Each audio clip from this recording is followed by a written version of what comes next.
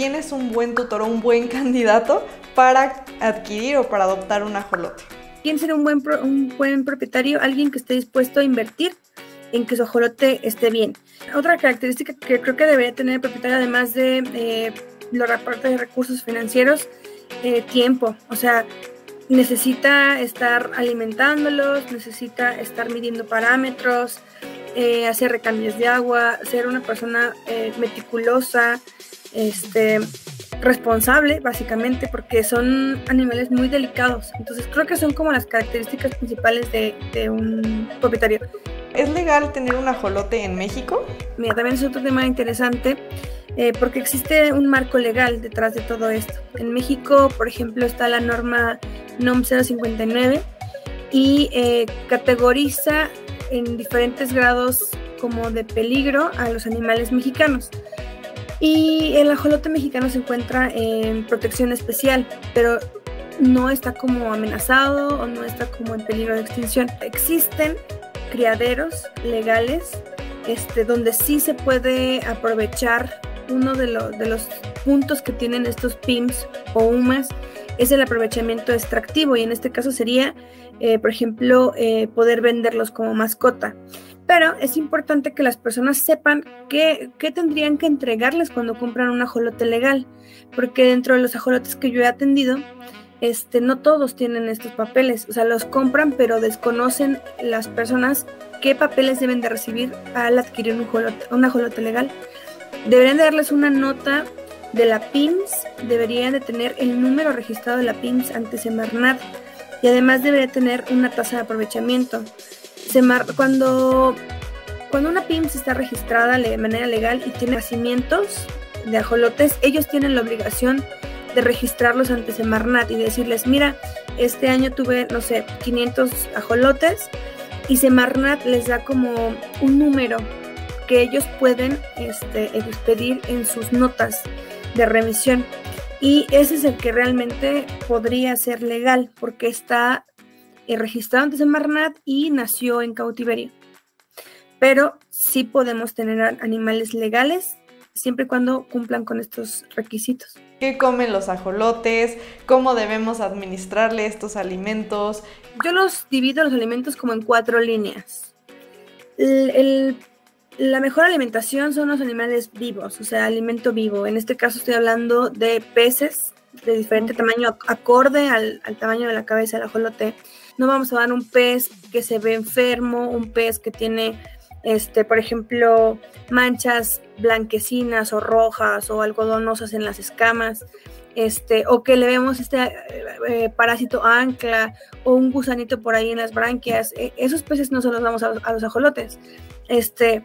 O si quieren hacer esta parte de desparasitación, tendrían que tener como la cuarentena de los peces, dejar que pase el tiempo de eliminación del fármaco y luego ya dársela a los ajolotes. Pueden comer acosiles, que son como pequeñas langostitas chiquitas, igual acorde al tamaño de la cabeza del ajolote. Pueden comer tubifex vivo, que es un gusano rojo, lombrices, pero que también sean como de una lombricomposta, pero si se puede, pero de fruta, que es un poco más saludable que de las que están hechas o criadas con heces. Pueden comer renacuajos. Esa era como la primera línea, o sea, animales vivos. Luego, la segunda línea, podemos tener, por ejemplo, darles filete de pescado crudo, de cualquier filete, salmón, tilapia, el que ustedes tengan. Otra cosa que puede ser es camarón crudo, trocitos de camarón, y se les puede administrar sin ningún problema. La tercera línea podría ser insectos. Y los insectos les gustan tenebrios, grillos, gusanos de seda, eso sin problema. Aquí la cuestión es que se llegan a obstruir cuando comen eso todo el tiempo, todos los días. Entonces es bueno ir como alternando para que no tenga un problema de desnutrición. Y ya pues lo último sería como el alimento comercial. Hay 2 marcas de croquetas ajolotes. La mayoría no se las comen, pero pues tenerlas ahí de reserva por cualquier cosa. O el tubi, el gusanito pero liofilizado. Eso podría ser otra opción. ¿Qué cantidad? Preguntabas. deben de comer diario, y cuando están en desarrollo, que son crías, tienen mucha hambre, todo el tiempo tienen hambre. Lo que sí es que no hay que dejar que lleguen a la obesidad, porque a veces llegan a estar muy gorditos. Cuando ya son adultos, que es como al año y medio, podríamos considerar, dependiendo su condición corporal, si le damos de comer un día sí y un día no, pero en lo que alcanzan su desarrollo, pueden comer diario. ¿Qué necesita un ajolote en su hábitat? Una pecera de 100 litros, un buen filtro. Un ajolote por lo menos debe tener 40 litros para él solo, porque entre ellos son muy territoriales y se llegan hasta comer entre ellos, ¿no? O simplemente morder entre ellos.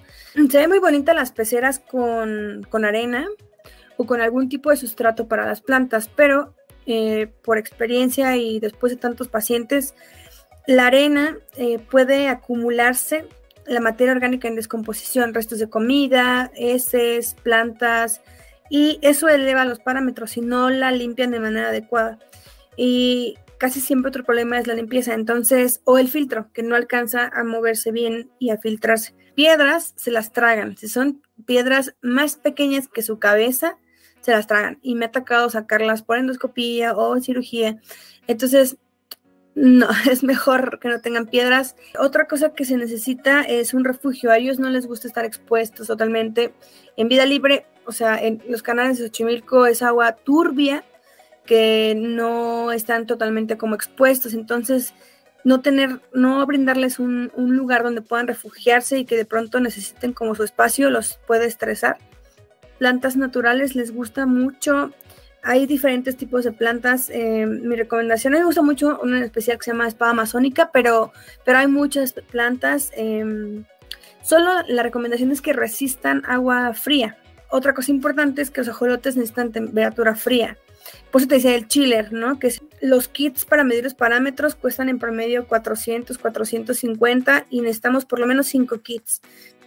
Lo ideal es comprar un chiller, que se llama así, y dependiendo del tamaño de la pecera, es el tamaño del chiller. ¿Los ajolotes pueden convivir en la misma pecera con otros peces u otras especies?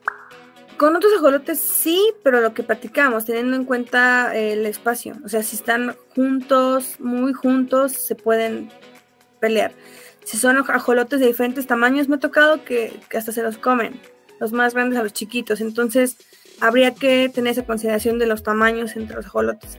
Hay peces que son un poco agresivos con los ajolotes. Entonces, por ejemplo, esos peces, has oído los plecus y todo esto, mejor no. Tilapias y eso no, porque se comen ajolotes. Pero si son charales pequeños y de hecho que sean la comida de ajolote, está bien.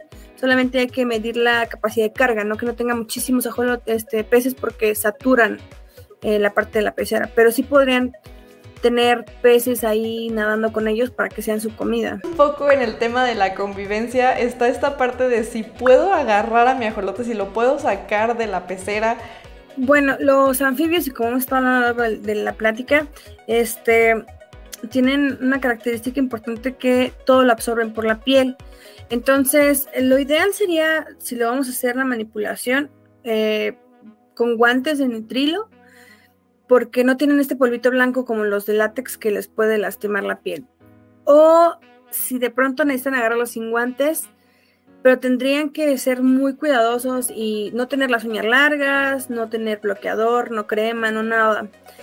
Lo ideal es mejor no manipularlos, porque no son animales que los puedes estar tocando, o sea, se estresan cuando los tocas. Si de pronto tienes que sacarlos por alimentación o por limpieza o por algún motivo hay que sacarlos de la pecera, puede ser con una red, puede ser también con un recipiente plástico o con los guantes, con la mano, pero con los guantes, y pasarlo casi de manera inmediata a donde lo vas a dejar. O sea, no es un animal que tolere que lo estés acariciando como un perro. O sea, eso no es así. Los ajolotes no son para tenerlos como perros.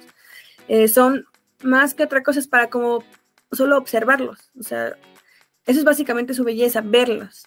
Quisiéramos saber, o que nos platique un poco acerca de esta propiedad que tienen los ajolotes de regenerar parte de su cuerpo, ¿no? O sea, ¿por qué pasa? ¿Por qué se da? ¿Cómo funciona? ¿Es en cualquier parte de su cuerpo o solo, por ejemplo, a lo mejor como en sus extremidades? ¿A qué se debe todo esto? Esa es una de las características maravillosas que tiene esa especie, pero también que los ha llevado a estar en peligro.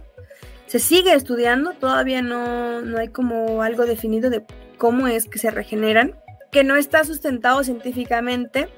En general son sus células que tienen esta capacidad de siempre estar jóvenes, esa capacidad de la neotenia y de que se empiezan a regenerar rápido.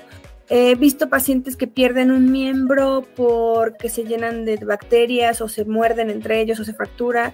Y un miembro, si cuidamos el agua, los parámetros, una buena dieta y todo, se puede regenerar en 2 meses, igual hasta antes. Doctora, platíquenos si existen diferentes, pues no sé si decirlo, razas dentro de la especie del ajolote, diferentes tipos de ajolotes. Esa también es una pregunta muy interesante porque hay cierta confusión. Los ajolotes pertenecen a un orden que se llama Caudata dentro de los anfibios, porque también anfibios son las ranas, los sapos, las cecilias, y en este caso los ajolotes pertenecen a las salamandras. Al final es una salamandra. En México tenemos 17 especies de salamandras, incluida el Ambiostoma mexicano, que es el ajolote mexicano. De hecho, el ajolote mexicano normalmente no hace metamorfosis, o sea, no termina su etapa, digamos, como adulto. Cuando ellos nacen o cuando eclosionan del huevo, ya tienen sus branquias y desde que son larvas se parece mucho al ajolote que nosotros vemos grande. Pero en realidad es que nunca terminan de ser una larva. Van creciendo, alcanzan la madurez sexual y se reproducen siendo larvas. En otras especies de salamandras que sí terminan forzosamente la metamorfosis, o sea, terminan esa parte de larva y luego pierden las branquias, terminan de desarrollar los pulmones, porque muchas personas no saben, pero también tienen pulmones, y pierden como las características de solamente estar en un ambiente acuático y pueden estar en un ambiente terrestre y acuático. Los ajolotes mexicanos llegan a hacer metamorfosis, pero no es algo que lo hacen de manera como cotidiana. Llegan a hacer la metamorfosis porque como último recurso, cuando se estresan, por ejemplo, y que necesitan salir del medio ambiente en el que se encuentran, y una de las alternativas para sobrevivir es, bueno, no puedo estar en el agua, me termino de transformar y entonces me vuelvo una salamandra. Y el ajolote mexicano, su distribución natural es solo en el Valle de México, ¿no? Incluidos los canales de Xochimilco y tal.